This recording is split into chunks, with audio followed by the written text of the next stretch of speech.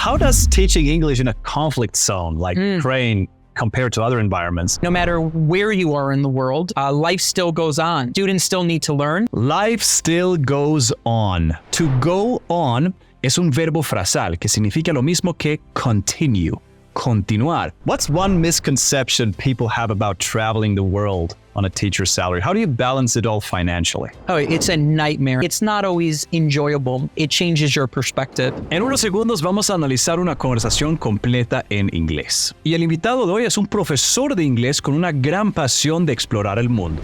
Andrew comenzó su viaje en Estados Unidos, pero ha pasado los últimos 5 años sumergiéndose en la vibrante cultura de Colombia, mientras ayuda a sus estudiantes a dominar el inglés. Pero enseñar no es su única pasión. Andrew está en una misión de visitar 100 países antes de cumplir los 40 años, y ya lleva 89 en su lista. Desde enseñar en Ucrania a tomar las fotos perfectas en bodas como fotógrafo, tiene historias de todos los rincones del mundo. Además, está escribiendo un libro titulado Viajando por el mundo con el salario de un maestro, desmitificando la creencia de que los profesores no pueden llevar una vida llena de aventuras y viajes. Prepárense para conocer a fondo el mundo de Andrew, mientras hablamos de perseguir sueños, adaptarse a nuevas culturas y capturar momentos, dentro y fuera del aula. Espero que disfrutes. Yo soy Kalle Anders, tu coach de inglés y tu sueco favorito. Empecemos. You use your cameras, are you? I mean, I do a little photography. Yeah. Yeah, so. But you're not on the other end of Yeah. I mean, a little bit. I do a little improv, a little stand-up comedy, so I put myself out there sometimes. You do stand-up? I did in Shanghai, China when I lived there, yeah. Why didn't you tell me this? No, I don't know. I could have. All right, We added. You can add a question. No, it's okay. No, that's not good. I'm not very spontaneous. Yeah. Andrew, thanks for coming. Thank you, Kelly. As a fellow English teacher, I know the challenges and rewards of this career, but not many teachers are balancing classrooms with a passport that's filling up at record speed. What at first inspired you to take teaching beyond borders and travel the world on a teacher's salary? You know, that's a great question. I feel like when I first got into teaching, it was my first year teaching in the state of Arizona. When I first got into teaching, aquí está usando lo que se llama un verbo frasal, get into, que significa empezar o probar, pero él lo está diciendo en el pasado, got into. Got es el pasado del verbo get. Get tiene muchos diferentes significados, pero get into significa empezar o probar. Entonces, cuando él dice, when I first got into teaching, quiere decir cuando empecé a enseñar inglés. When I first got into teaching English. When I first got into teaching, it was my first year teaching in the state of Arizona. And when I was in Arizona, I had finished my first year teaching. I didn't know what to think about it. And I didn't know what to think about it. Vamos por partes. I didn't know. En inglés, cuando construimos oraciones negativas que tienen la palabra not, o sea, no, usamos el verbo do. Es un verbo auxiliar de ayuda. I didn't know. Cuando tú quieres decir yo no sé, dices I don't know. Si quieres decir yo sé, dices I know. I don't know, yo no sé. Pero si dices I didn't know, estás diciendo yo no sabía. Es el pasado. I didn't know what to think about it. ¿Qué pensar de eso, del trabajo? I didn't know what to think about it. Yo no sabía qué pensar del trabajo realmente. Finished my first year teaching. I didn't know what to think about it. And I got an email from a company I don't remember applying for that said, would you like to teach in China? And I said to myself, this is so crazy. Would you like to teach in China? Cada vez que ves esa palabra would, sabes que es algún verbo que termina en ría, R-I-A. I would never do that. I would do that. Yo haría eso. I would never do that. Yo nunca haría eso. Enseñar en China. From a company I don't remember applying for that said, would you like to teach in China? And I said to myself, this is so crazy. I would never do that. And needless to say, I opened that email, went through the interview process, I got the job, and I remember calling a mentor at that time, and I was like, yeah, I got all. Needless to say, No hace falta decir que. Needless to say. No hace falta decir que. Needless to say, I opened that email, went through the interview process, I got the job, and I remember calling a mentor at that time, and I was like, yeah, I got offered this job in China, but I would never take it. And this girl looked at, or on the phone, I envisioned she looked at me, but she said, you have to take it. And that was kind of the start of my journey around the world of teaching. Wow. So I've taught in Shanghai, China. I've taught in Shanghai, China. I've taught. I, apóstrofe, V-E. Es una contracción entre I have. I've taught. Taught es el pasado del verbo teach, enseñar. Taught, enseñó, enseñé en el pasado. Y aquí él está usando la estructura gramatical present perfect, que es un poco avanzado para muchos estudiantes, pero es realmente sencillo. I have taught. Yo he enseñado. No te dejes confundir por el have. Sabemos que have significa tener. Entonces, I have significa yo tengo. Pero have en inglés también puede significar haber. I have taught. Yo he enseñado. Wow. So I've taught in Shanghai, China. I have taught in Chiang Mai, Thailand. I have taught Colombia in Medellin. Students virtually in the Ukraine and Taiwan. Yes. And a little bit all over. But that was kind of that job kind of sparked this desire to begin traveling the world. Wow. How does teaching English in a conflict zone like Ukraine compare to other environments? What did you take away from that experience? Well, I think that no matter where you are in the world, life still goes on. And so even if you're in a... Life still goes on. To go on es un verbo frasal que significa lo mismo que continue. Continuar. Pero el inglés es un idioma mucho más casual que el español. Entonces decir el verbo continue suena como formal. Y es por eso que lo cambian para un verbo mucho más casual y normal como el go y agregan una preposición como on. Go on suena mucho más casual y significa lo mismo. Continue, continuar. Entonces, life still, la vida todavía goes on. Life still goes on. La vida todavía continúa. ¿Por qué dice goes on y no go on? Porque la vida se puede sustituir por el sujeto it. It goes on. Y cada vez que tenemos el sujeto he, she o it, agregamos una S al verbo en el tiempo presente. Entonces, por eso decimos it goes on. Life still goes on. And so even if you're in a conflict zone, students still need to learn. They still need to prepare for their future. And so it would be very interesting. I would be teaching students virtually who are literally in the middle of a war zone. And they are learning English with their mom because their mom has placed value that English is going to be a pathway to a brighter future. Yeah. A pathway to a brighter future. Bright significa brillante. Bright future significa futuro brillante. A pathway to a brighter future es un camino a un futuro brillante. Entonces las mamás en Ucrania ponen a sus hijos a estudiar inglés virtualmente, incluso si están en una zona de guerra, por esa esperanza de tener un futuro más brillante o mejor. A pathway to a brighter future. Yeah, that's fantastic. Yeah. Well, where were you sitting then? In that specific situation? Yeah. I was sitting at that time when this all was happening in Colombia, teaching virtually to students in the Ukraine. Okay. Yeah. Wow. So it's interesting because you told me that your partner has made huge strides in English. Oh, yeah. But you haven't really focused on learning Spanish. Yes. Has that ever been a point of conversation between you two? Oh, yeah. It's huge conflict. I mean, if I look at him one more time at like, what did the waiter say? Or, there's times when I want to just, I want to return something or I want to express my grievances. And, I will explain to my lovely partner, who I love very much, but I will explain to, him exactly what I would like said. Yeah. And I don't think it's translated the same way. So for me, at least, I think sometimes learning language, although I haven't made it a priority, it's so important because if you want to express yourself, if you want to be able to get those hot French fries at McDonald's, you got to know the language to be able to do it. Yeah. Otherwise, you're like me. I'm in a place of constant acceptance. Yeah. Yeah. That's not exactly what I ordered, but it's good enough. It's okay. Yeah, it's okay. Exactly. What's been the biggest challenge for you as an English teacher? Do students have different problems with their learning depending on where in the world they live?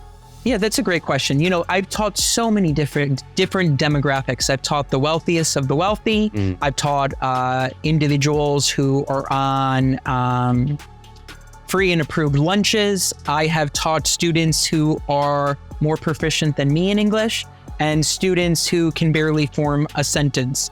And so I find that, when learning English, some of the difficulties. Todo el tiempo los nativos suelen usar esta palabra de relleno. Sabes. Es muy común. Hay otras palabras de relleno que también son importantes notar. Por ejemplo, like, como, o right, cierto, o sort of, o kind of, algo como, o como así. When learning English, some of the difficulties that may arise, not necessarily depending on where you are geographically, but it is kind of the priority. That's what I really think it comes down to. Yeah. Just like me, I haven't always made learning Spanish a priority. But I think if you make language a priority, you're going to have some nice strides. And then it doesn't matter where you live in the world or your socioeconomic background and all these things. 100%. No, yeah. Strides, avances. You're going to have some nice strides if you make language a priority. Vas a tener algunas buenas avances si haces que el lenguaje sea una prioridad. But I think if you make language a priority, you're going to have some nice strides. And then it doesn't matter where you live in the world or your socioeconomic background and all these things. 100%. No, yeah. Anyone can learn English with a little bit of discipline. Yeah, totally agree. So you're writing a book called Traveling the World on a Teacher's Salary. This is correct. With 89 countries down and 11 to go. Yes. What's one standout story that absolutely has to make it into the book? Yeah, I think one of my favorite, I get that question a lot. I think one of my favorite countries is a country called Myanmar. I get that question a lot. Otra vez está usando ese verbo get, que es tan común y tiene tantos diferentes significados. I get that question. Yo obtengo esa pregunta o yo escucho esa pregunta. A mí me hacen esa pregunta todo el tiempo. I get that question a lot. Yo escucho esa pregunta un montón. I get that question a lot. I think one of my favorite countries is a country called Myanmar. Used to be called Burma. And I had arrived in a city called Bagan. Please fact check my pronunciation on any of these words. And I had woken up early in the morning and I had just rented a little scooter, and they have these like ancient temples hidden throughout this beautiful city. I mean, we're talking thousands of temples that sprawl, across miles.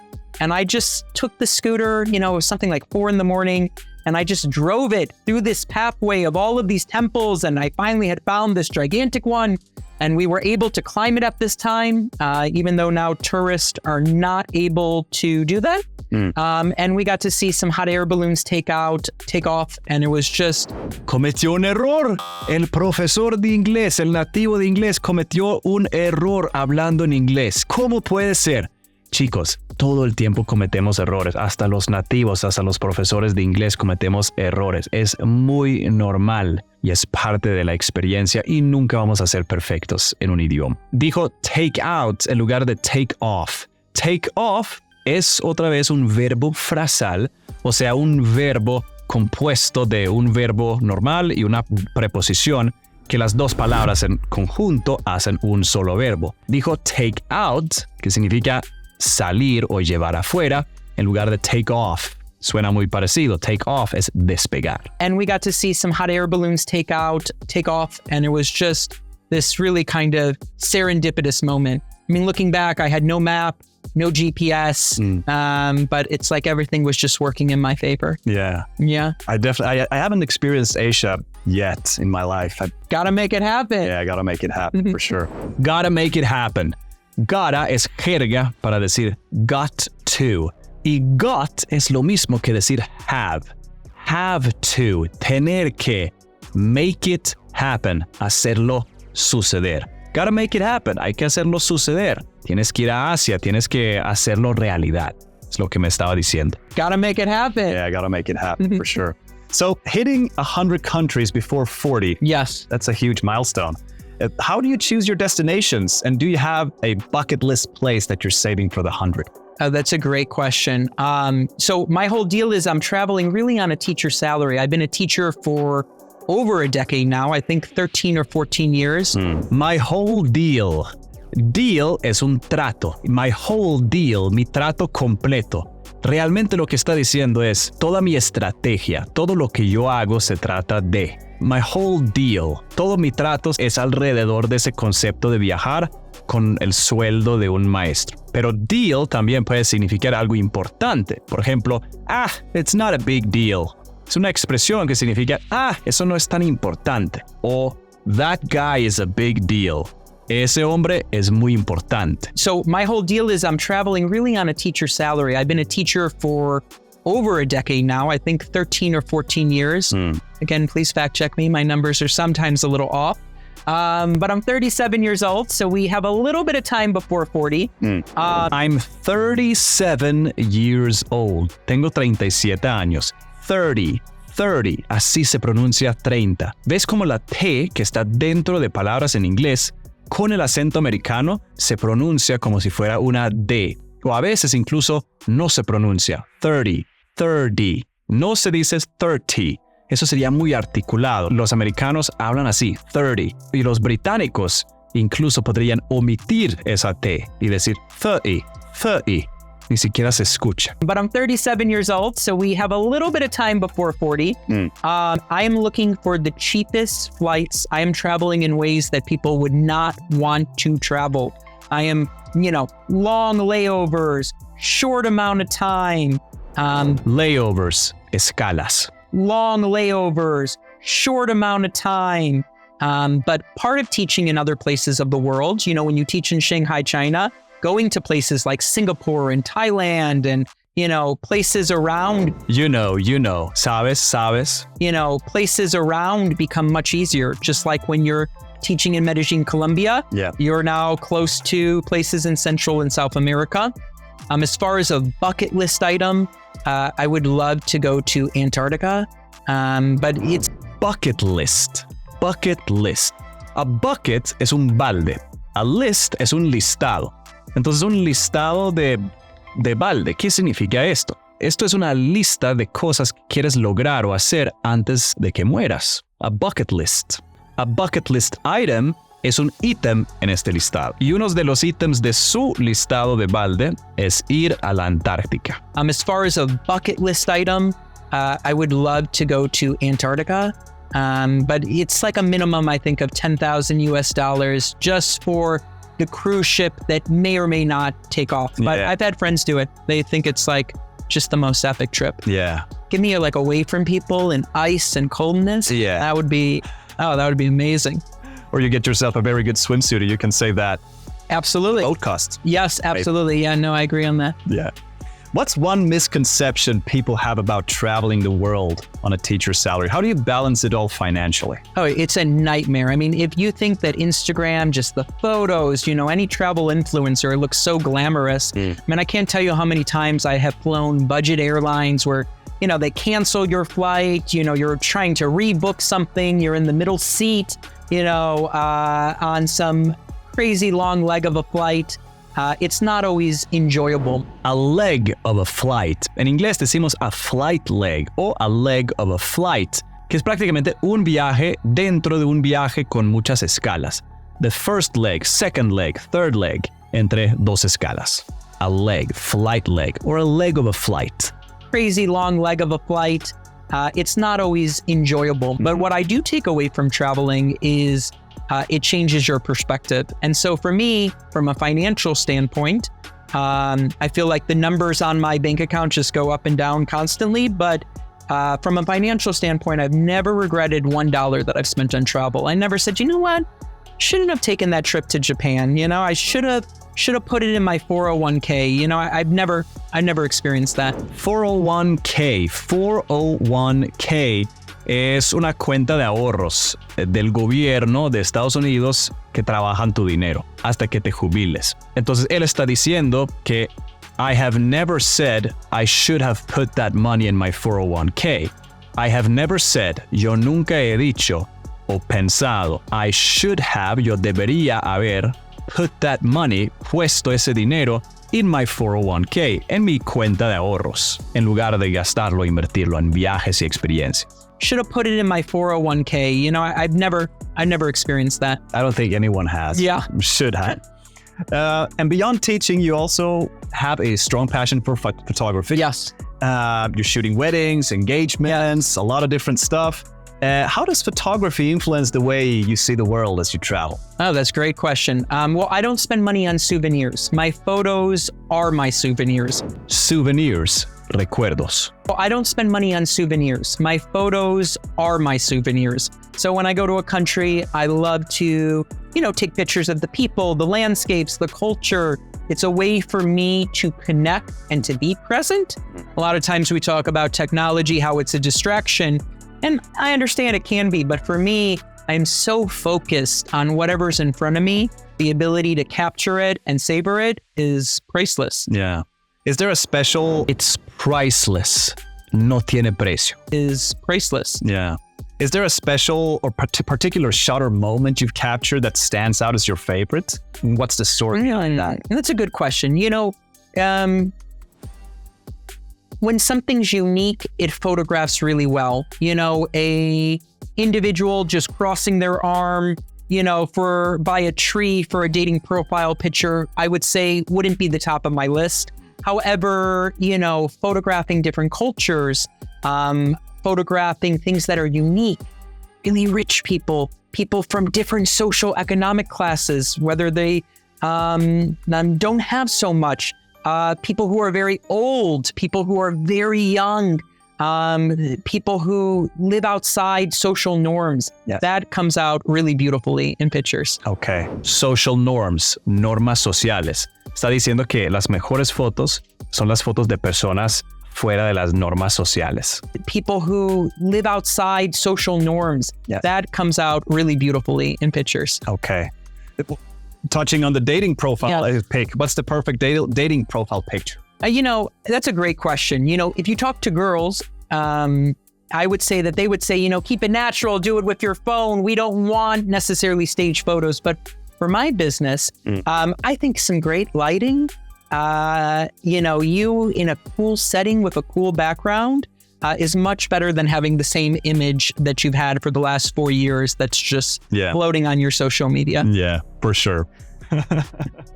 So, entonces, una palabra muy usada en inglés también. So, entonces, so. Y recuerden, chicos, los sonidos de las vocales en inglés son muy largos. Entonces, por ejemplo, escucha cuando alguien dice la palabra focus. Focus. No se pronuncia focus, se pronuncia focus.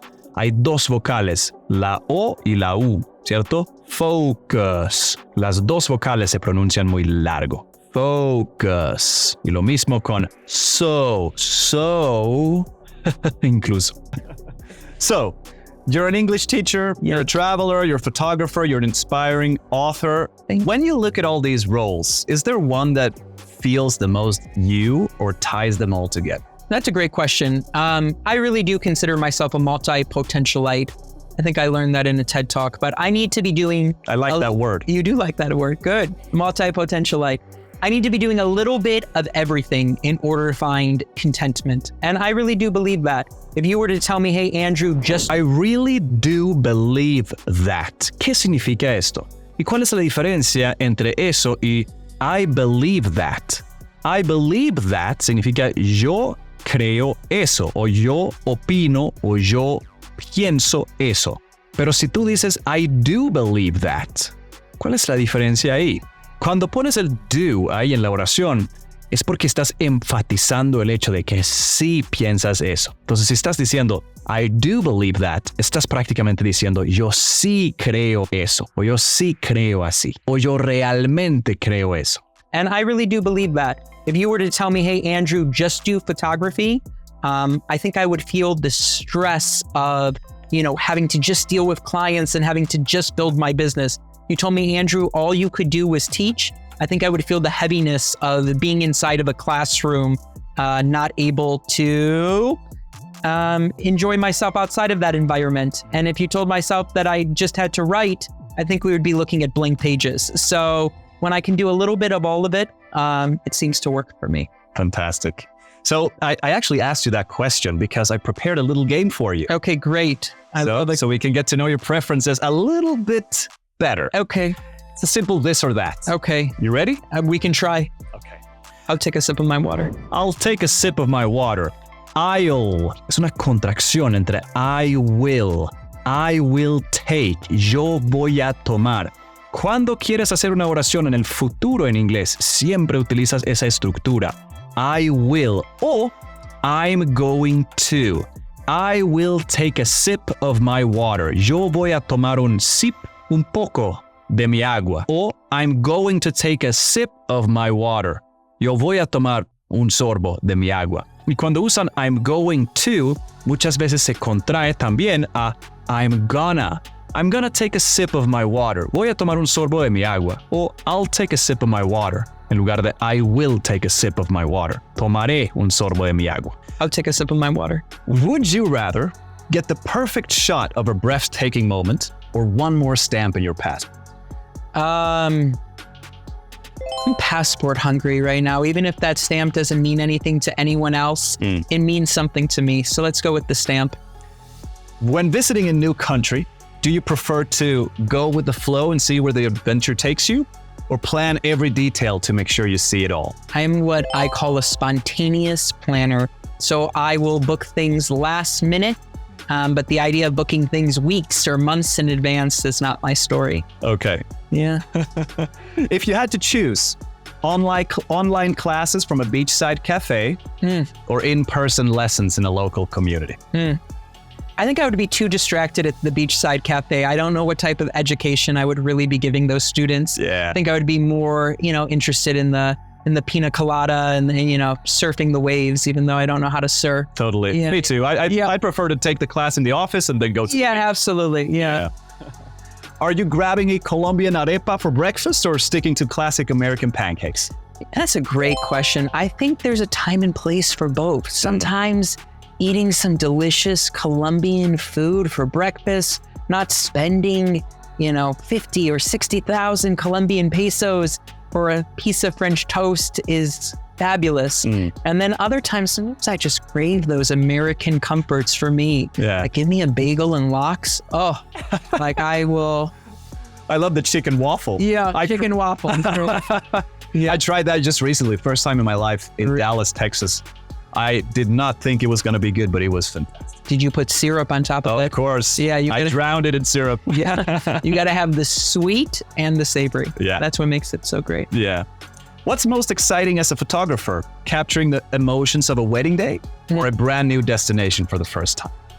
Well, listen, I love weddings, but you can't tell people, hey, guys, can you just cut that cake again? Can you just do that kiss one more time? You have one shot to be able to capture it. And so the amount of pressure that you can feel as a photographer when you get hired for those jobs is a lot. So I would choose the landscape. Got it. Yeah, landscape. Give me some sunset and some mountains. And I can just do it with my iPhone or just snap a picture with my camera, not worry about the lighting, not worry about quality.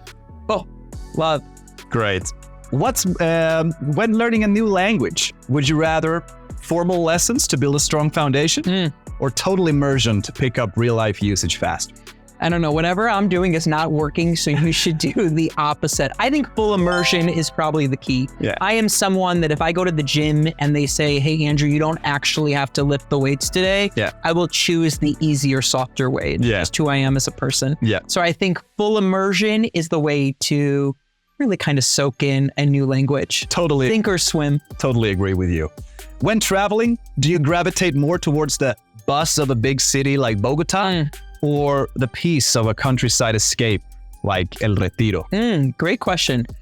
I would think Bogota. I mean, I love the food and the cuisine in Bogota. I love the kind of the feeling of just walking endlessly, not knowing what you're going to see next. But I also think there's a time and place when it gets busy and you need a time to kind of chill. El Retiro, Rio Negro, all of these places are so spectacular. For sure. You spent 5 years in Colombia already. Yes. Would you rather stay rooted here and explore the country deeply, or keep pushing it to hit 150 countries before 50? You know, I think that the grass is not always greener on the other side. Colombia has its problems just like any other country, but genuinely, I am happy here. I like my life here. Yeah. I like the people that I encounter. I like the ability to look out over a beautiful balcony and see just the sun. I don't know if you saw the sunset yesterday. It was incredible. Fantastic. It's like the best one of the year.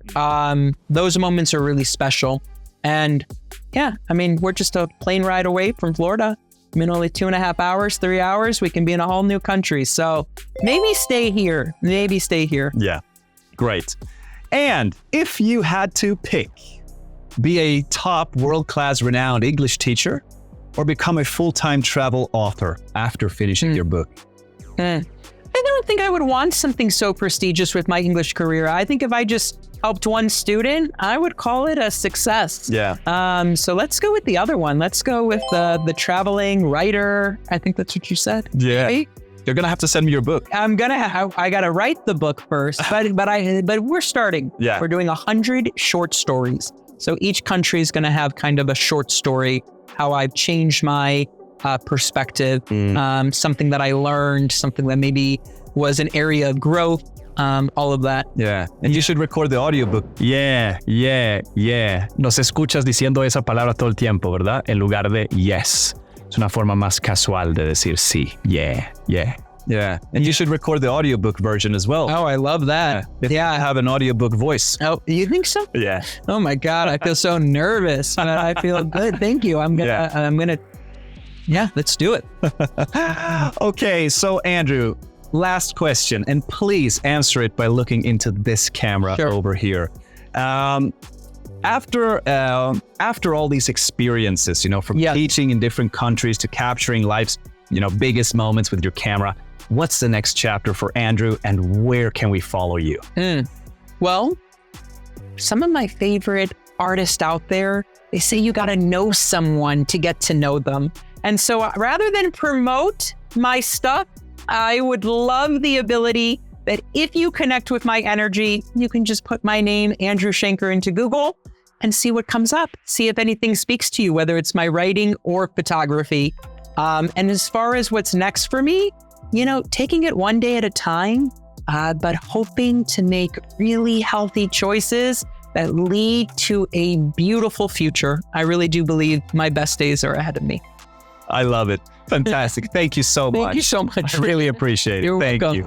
Ok, ¿cómo te fue? Terminaste el video. Felicitaciones. Cuéntame abajo en los comentarios cómo te pareció el video. ¿Tienes algunas sugerencias de cómo podemos mejorar esta serie? O de pronto una sugerencia de algún invitado que te gustaría ver. Cuéntame abajo en los comentarios. Y recuerda, si te gustó el video, ayúdanos con un like y suscríbete al canal si todavía no lo has hecho. Porque esos simples clics nos ayudan algo enormemente a que el video alcance más latinos que necesitan aprender inglés. Y nos ayudas a nosotros en nuestro trabajo hacia la visión de un mundo donde no hay una sola persona que no hable inglés. Y si ya estás listo para aprender inglés de verdad y te gustaría unirte a nuestro curso para acelerar tu aprendizaje y ser fluido de una vez por todas, recuerda que tenemos una oferta especial en nuestro curso de inglés. Obtienes acceso de por vida a todo el curso que te lleva desde tu nivel actual, sea cero o intermedio o avanzado, a ser 100% fluido en inglés de la forma más rápida y sencilla posible. Además, tienes acceso a nuestra comunidad exclusiva de estudiantes donde hacemos clases en vivo cada semana para responder tus preguntas y ayudarte en tu proceso de aprendizaje. Con tu compra tienes 2 garantías, una garantía de satisfacción de 2 semanas, que significa que puedes probar el curso y todo lo que viene con él por 2 semanas enteras, y si no te gusta, te devolvemos el 100% de tu dinero. Y también tienes una garantía de fluidez, que quiere decir que cuando termines el curso, sea cuando sea, en promedio una persona que estudia entre 1 y 2 horas lo termina termina entre 4 a 6 meses. Pero tienes acceso de por vida, entonces tú decides el ritmo. Nosotros garantizamos que cuando termines el curso eres 100% fluido en inglés o te devolvemos el doble de lo que pagaste por el curso. Y una cosa muy importante, todas las actualizaciones del curso están incluidas gratis. Como tienes acceso de por vida, nunca te tienes que preocupar por comprar o pagar más. Pagas una sola vez, tienes acceso de por vida y cada vez que actualicemos o mejoremos el curso, lo tienes incluido gratis. Toda la información y la página de compra tienes aquí abajo en la descripción dando clic en ese enlace que está allá. Aprovecha la oferta, únete y nos vemos adentro.